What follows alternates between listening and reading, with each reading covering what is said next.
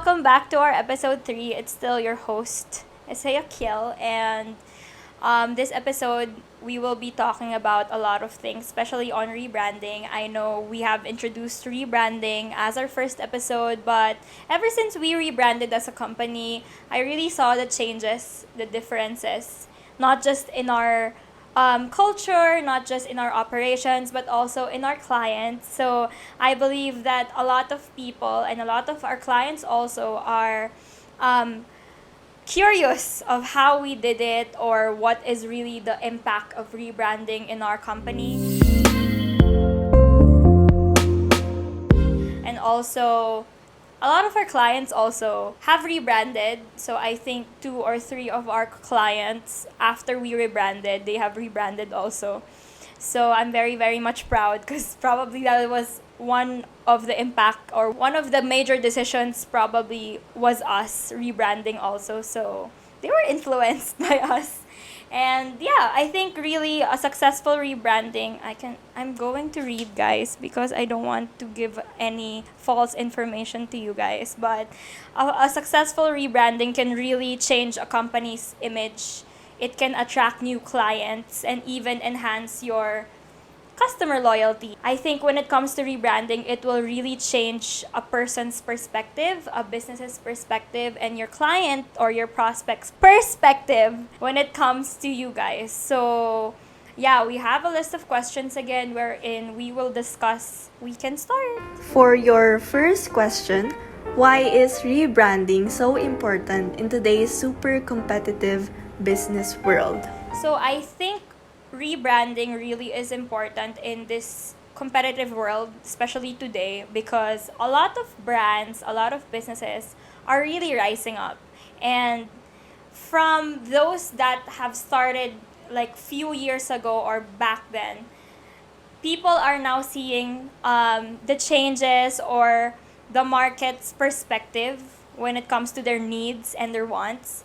So the businesses now or the entrepreneurs now are very much open to doing what they want to do or what the market wants. So it depends upon your target market what they want. So let's say a makeup company.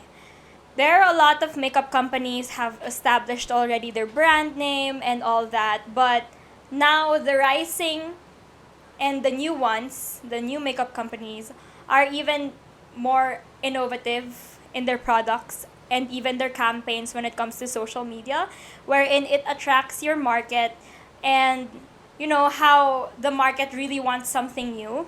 So I think rebranding really is important, especially for companies out there that would want their market to be more attracted to them and to see another perspective of what they can do as a brand. It's such a fast-paced world wherein every day trends are changing. If it's trending today, this video is trending today, tomorrow it can be, out of everything already or it can be bashed already. So that's how fast the market responds to your campaigns, your brand and all that. So rebranding really is one of the phases of businesses wherein they have to do it at some point in their business life. So yeah. Second question, why do companies decide to rebrand? And how does it help make a company's image fresh again in the market? So I think companies really rebrand probably because they see others rebrand also. It's a matter of like domino effect. It's a hard decision to rebrand. But if for you to actually have a new perspective or your client or your market, your audience would have another perspective of your brand, of your company, you really would have to take that leap of rebranding because it also can make or break your company.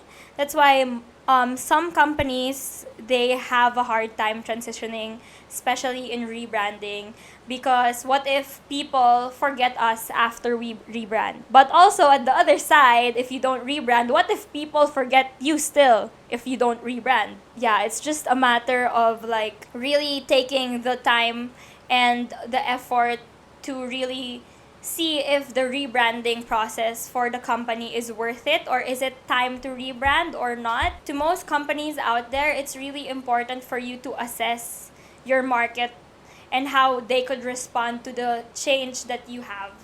Because, for example, again, because I'm a fan of makeup, and I've been seeing a lot of brands, local brands, who has changed their game through rebranding. Through that rebranding, they would like offer more palettes, or they would offer more lipstick shades into a more universal shade.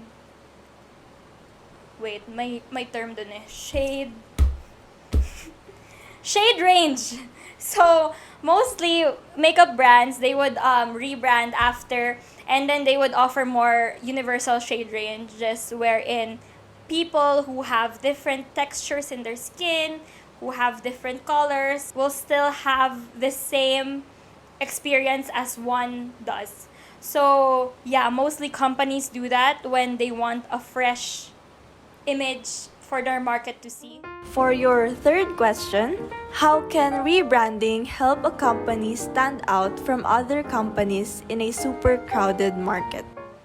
As I've said, rebranding process is a make or break change in the game. So a super crowded market right now, I can say, really is makeup. As you all know, rebranding really helps a company stand out when they offer more services, more improved ones, and innovative campaigns. Rebranding really is like a game changer for every company. It's important, I think, when you rebrand, you actually have to introduce your brand again to your market. And you have to like make your audience ready for that rebrand.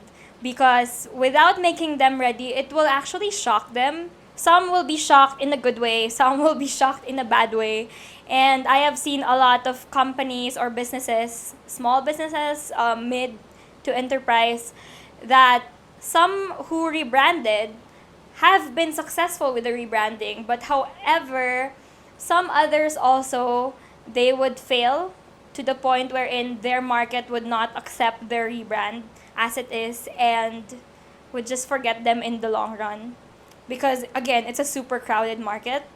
So it really helps you stand out when you offer more services to others, to your customer, if you try to expand your market. Because your market right now can be different from your market like a month later or 2 months later. So, especially in our marketing agency, sometimes our market, actually, right now, our market are coaches, what else? Real estate, religious clients, and others. But we have come to a point wherein do we offer our after we rebrand, do we offer our services also to others like this type of market or like this type of client? So yeah, sometimes in rebranding also, it sets you apart. However, it gives you the boundaries also, which you have to set. Whether after you rebrand, you don't offer these services already. And sometimes you even expand more services. Just like ours, we expanded our services through our. Now we do websites, website design, website building, and even for printing, because we have partnered with a printing shop already. So for our local clients, if you're listening, if you're in the Philippines and you need some designs or printed designs like catalogs, brochures, all that, yeah, just hit us up. Fourth question, what's the deal with companies going through a rebranding journey? What kind of challenges do they usually face and how can they bounce back from them? I think with the companies going through a rebranding journey, just like us, we really had to make sure everything was aligned.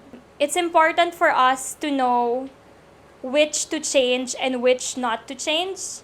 For example, for us, of course, one of our foundations as a company is the integrity that we have and the commitment that we have for our clients. And that's one thing we even really tried to maintain, because sometimes it's really hard to maintain integrity in this world, in this super crowded market. But that's one of the things that we even emphasized as our commitment as we rebrand. Also, challenges that we usually face, that companies usually face, is that how will the market respond to our rebranding? Like, how will they accept us for our new face or how we look right now?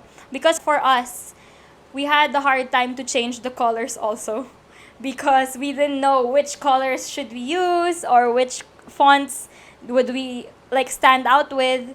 However, through our rebranding, we saw really the changes that has happened to us, that we over especially me, I overthink on things wherein what if we rebrand and then our clients, our current clients would not accept us as we are. And I saw that overthinking that delayed us from rebranding really is sometimes just in our thoughts where we just limit ourselves. So I think really it's important for us to know that even if we face challenges as a company or as a business, we have to know how to really bounce back and how to overcome those challenges, because some clients really will accept you for who you are.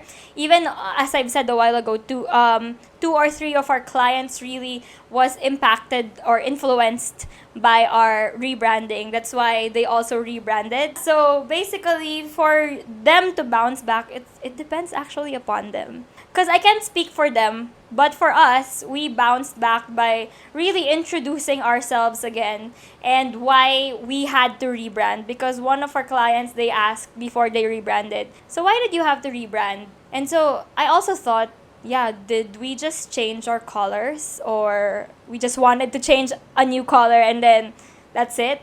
But no, it's actually more of the internal thing also, that we had to change some of our operation systems, some of our procedures, and some even of our clients, that there are clients right now that we don't cater to them anymore because they're not our target market already. So, yeah, it really depends upon the challenges you face and how your leaders or how the bosses out there would help you bounce back from that rebranding challenge. So, it's your own story to tell, guys. And for your last question, if a business is thinking of rebranding, what's your advice for them? How can they totally tap into the power of rebranding to unleash their brand's hidden potential? I think if really a business is thinking of rebranding, you would have to know your vision, have that change of perspective wherein what you want your company after you rebrand to look like and to feel like for other companies that offers other products too, that before you rebrand, you have to make sure to compare the services that you offer or the type of experience that your market gets from you and into a new perspective wherein what do they want to what do you guys want to offer them more, or do you want to limit your services or your products, or do you want to expand more as a business, or even so, all of that, you have to really consider everything when it comes to rebranding. And for your brand to have that, like, to unleash the hidden potential that you have, yeah, basically, it all depends upon what you really want to see in the future. For me, formerly E320 is the company's name, wherein I was still really, I think, so new to business that I just wanted to set up a name, set up a business just to establish the company and the people around me, the workers, to have that security that we have a business already. We have the business name and all that. But it was a good choice to rebrand after a year because everything is a trial and error. If you're a freelancer who wants to expand into a team and form a team and a business, and that's how you want to rebrand, make sure that you really want to expand as a whole member and have that trial and error first before you really decide on taking the legal actions in there. And one of the rebranding stuff I think we had to went through was going through the papers that we have now. We are all registered. Our business is legally registered. And it took us probably a year really to decide on whether to continue or not, especially for me. But I think that's one thing that I assured my clients, that after we rebrand as a company, you would see more of what we can do and the potential the company can offer you, which is now, I just want to say that after we rebranded and changed our game into other content creation, stuff like that, I think one of our videos went viral for, I think, 100,000 views.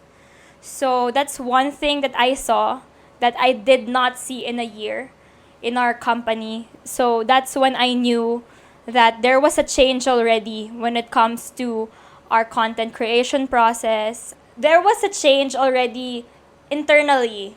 Because change starts inside, guys. Change starts in you and within your team before your market sees it. My advice really is that if you want to rebrand, change is necessary. Sometimes people are so scared with change or transformation that they don't want to leap into that step, that big step, which limits them also.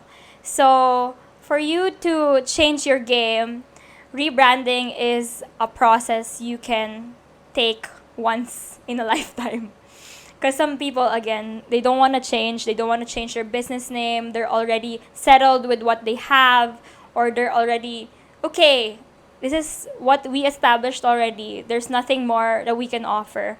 But as the market changes and as the market responds to change, you have to really remember that rebranding is a process you would take eventually. So if you're delaying that process, this is your sign to rebrand, guys. But rebrand carefully. So if you need help with any rebranding process for your company or your business, you can contact us through our social media platforms or our email. So I think I can conclude the episode here already. And let us know if you have more questions, topics that you want us to discuss, and any clarifications, please send it to our email or our social media platforms. Again, this is Ezekiel, your host for Elevate and Beyond podcast, and I will see you on our next episode. Bye!